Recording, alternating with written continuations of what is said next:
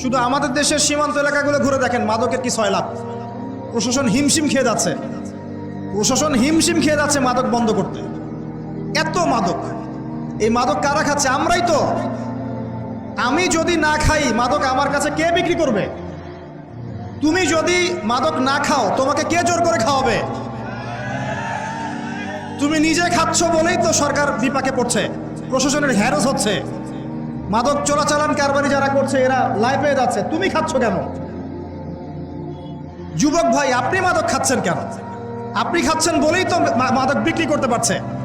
বাংলাদেশের মুসলিমরা, একটা মুসলিম যুবক মাদক খাবে না, বা শেষ। দেখি কার কাছে মাদক বিক্রি করে, আমরা দেখি কার কাছে মাদক বিক্রি করে।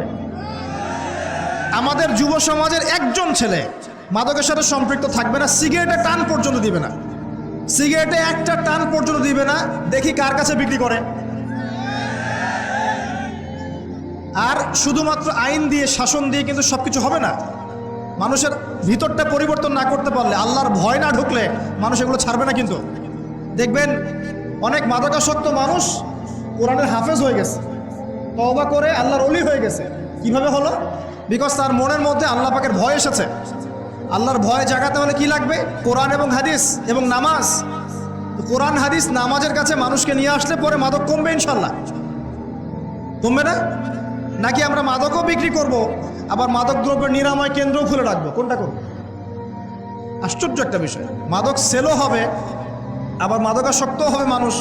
এই মাদকাসক্তদেরকে ভালো করার নিরাময় সেন্টারও খোলা হবে। কি সার্কাস! সুবহানাল্লাহ। আমার সাথে ওয়াদা করেন, এখানে যত মানুষ আছে, জীবনে কোনোদিন কোনো রকম মাদক দ্রব্যের সাথে সংশ্লিষ্ট রাখবেন না। আল্লাহ পাক সাক্ষী থাকুন, আল্লাহ পাক কবুল করে নেন। সিগারেট চলবে না, জর্দা খাওয়া চলবে না, গুল খাওয়া চলবে না, আর বাকি যেগুলো আছে ওই যে গাঁজা মাজা ইয়াবা সব বাদ, ওগুলো তো বাদ দিলাম। আর একটা কথা বলি, এটা আমি বলতে পারি এই কারণে, বিকজ আমি আপনাদের বয়সের, আপনাদের সাইকোলজি আমি বুঝি। কেন মাদকের কাছে যুবক ভাইটা গেল? বিকজ তার ভিতরে হতাশা আছে। কি আছে? হতাশা। চাকরি পাচ্ছে না, পরিবারের চাপ, না ওই যে সহি একটা প্রেম করছে, গার্লফ্রেন্ড ছেড়ে চলে গেছে, এখন সে শান্তি খুঁজতেছে কোথায়? এই যে গিটার অথবা ব্যান্ড অথবা মিউজিক অথবা আপনার এই যে মাদক অথবা পর্নোগ্রাফি অথবা যে পতিতালয়গুলোতে, এখানে এসে শান্তি খুঁজতেছে। প্রিয় ভাই, শান্তি আপনাকে দিবে অনলি আল কোরআন। আপনি শান্তি খুঁজতে, আমি জানি আপনি শান্তি খুঁজছেন, মনের মধ্যে প্রশান্তি খুঁজছেন। তো এই প্রশান্তি আপনাকে দিবে দুটো জিনিস আমি বলে দিই। এক নাম্বার, 5 ওয়াক্ত নামাজ। 5 ওয়াক্ত নামাজ মসজিদে গিয়ে পড়েন, মনটা শান্তিতে ভরে যাবে ইনশাআল্লাহ। 2 নাম্বার, আপনি কোরআন তেলাওয়াত করেন নিয়মিত 1 পারা করে, ডেইলি 1 পারা করে করেন, আপনার মনটা শান্তিতে ভরে যাবে ইনশাআল্লাহ। যদি না ভরে তাহলে তারপরে এসে আমাকে বললেন যে ভাই আমি করেছি কিন্তু মনে শান্তি নাই, তখন আমরা আপনার জন্য একটা নেককার মেয়ে দেখে দিব ইনশাআল্লাহ। ঠিক আছে? কারণ সারা জীবন একা একা ইবাদত করলেও মনটা আবার শূন্য থাকবে। আদম আলাইহিস সালাম জান্নাতে ছিলেন না? মনের মধ্যে একটু শূন্যতা ছিল। আল্লাহ রাব্বুল আলামিন এই বাপ আজরের হাট থেকে কি বের করলেন? কাকে বের করলেন? হাওয়া আলাইহিস সালামকে। মনের সমস্ত শূন্যতা দূর হয়ে গেল। এটা মানুষের জীবনে প্রয়োজন আছে। তবে আপনি যদি নিজেকে পবিত্র রাখতে না পারেন তাহলে আপনি পবিত্র স্ত্রী পাবেন না। আপনি যদি নিজেকে পবিত্র রাখতে না পারেন তাহলে পবিত্র স্বামীও পাবেন না। আমি একটু অ্যালার্মিং নিউজ দেই। অ্যালার্মিং নিউজ হচ্ছে আমাদের দেশের এই যে 20 থেকে 25 বছরের যুবক যারা আছে, এদের মধ্যে দেখা যায় প্রতি 10 জনের মধ্যে প্রায় 5 জন বিবাহ না করেই যৌন সম্পর্ক করে ফেলেছে। অতএব যদি নিজেকে পবিত্র করতে না পারেন তাহলে পবিত্র স্ত্রীও জুটবে না কপালে, পবিত্র স্বামীও জুটবে না কপালে। আপনি 10 ঘাটের পানি খেয়ে আসবেন, দেখবেন আপনি যাকে বিয়ে করেছেন সে 12 ঘাটের পানি খেয়ে আসছে। আর এর উপরে আর কি আছে? এর উপরে আছে পর্নোগ্রাফি।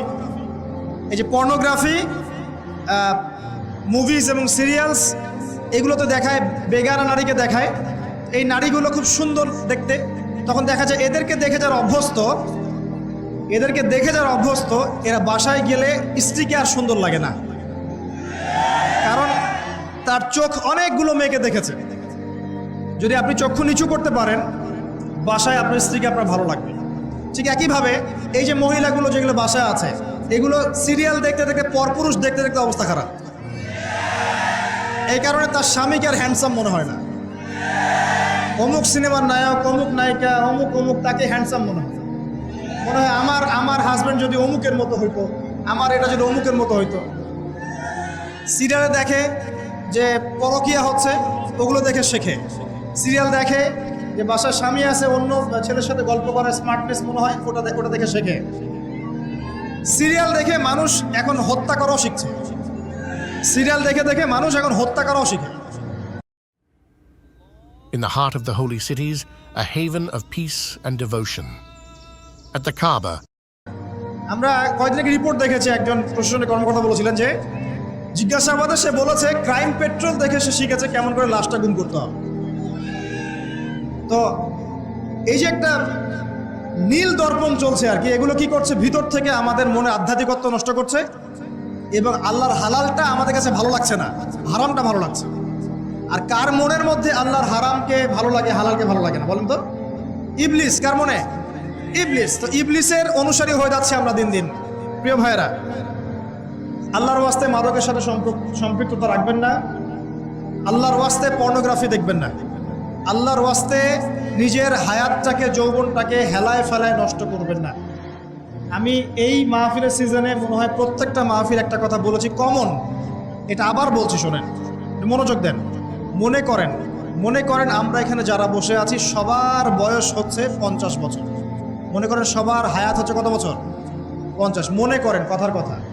এখন কারো বাকি আছে তাহলে 20, কারো 30, কারো 15, কারো 10, কারো 5, কারো 2 বা কারো 1।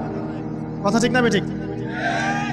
এখন আপনার এই জীবনের যে বড় অংশটা চলে গেছে, এই অংশটুকুর দিকে একটু তাকিয়ে দেখেন আপনি কি করেছেন, কতটুকু নামাজ পড়েছেন, কতটুকু রোজা রেখেছেন, কতবার যাকাত দিয়েছেন, এবং এই চলে যাওয়ার সময়গুলোতে কি কি পাপ করেছেন আপনি, কতবার জেনা করেছেন, কতবার মাদক খেয়েছেন, কতজনকে গালি দিয়েছেন, কত ভাইকে মেরেছেন, কি করেছেন।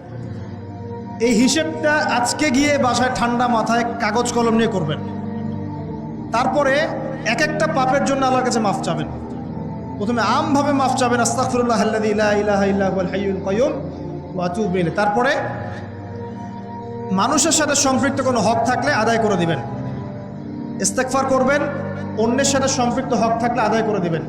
তারপরে বাকি সময়টুকু যদি চিন্তা করেন যে আমি যদি আর 10 বছর বাঁচি, এই 10 বছর আমি কিভাবে কাটাবো, একটা প্ল্যান করবেন।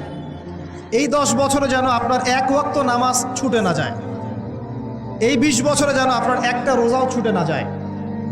এই 20 বছরে যেন আপনি কোরআন সুন্নাহ A to Z পড়ে শেষ করতে পারেন এবং নবীর সুন্নতের উপর নিজেকে ঢেলে সাজাতে পারেন। এই 20 বছর আপনি হালাল রিজিক সার্চ করবেন, আমর বিল মারুফ নাহি আনিল মুনকারের কাজ করবেন, আপনার প্রতিভা অনুযায়ী দিনের খেদমত করবেন। পারা যাবে ইনশাল্লাহ? নিজের আমল নামার হিসাব নিজে করুন। কিয়ামতের মাঠে হিসাব দেওয়ার আগেই নিজের হিসাব নিজে করে ফেলুন। আল্লাহ পাক সবাইকে তৌফিক দান করুন। আমিন। একটা বিষয় থেকে শয়তান আমাদেরকে গাফেল করে রাখবে। শয়তান সবসময় গাফেল করে রাখবে, সেটা হলো তুমি মৃত্যুর চিন্তা করো না, এটা করো না, এটা করো না। মৃত্যুর চিন্তা করতে শয়তান নিষেধ করবে, কিন্তু আমাদেরকে ভাবতে হবে কবরের কথা, যে ইন্ডিভিজুয়ালি আমরা কেউ দুনিয়াতে থাকবো না। অতএব ব্যক্তিটাকে আগে সংশোধন করেন, তাহলে পরিবার অটোমেটিক সংশোধন হবে ইনশাল্লাহ। এভাবেই পারিবারিক সংশোধনের মধ্য দিয়ে সমাজ সংস্কার হবে ইনশাল্লাহ। প্রিয় ভাইয়েরা, ওদিকে লম্বা করছেন, এদিকে আসুন। মাদকের সয়লাটটা কি আছে না নাই এখন বলেন? আছে তো? নারীর অবমাননা 4 নাম্বার ছিল। নারীর যে অবমাননা, এটা কি বর্তমান বিশ্বে আরো বিশাল স্কেলে আসে নাই?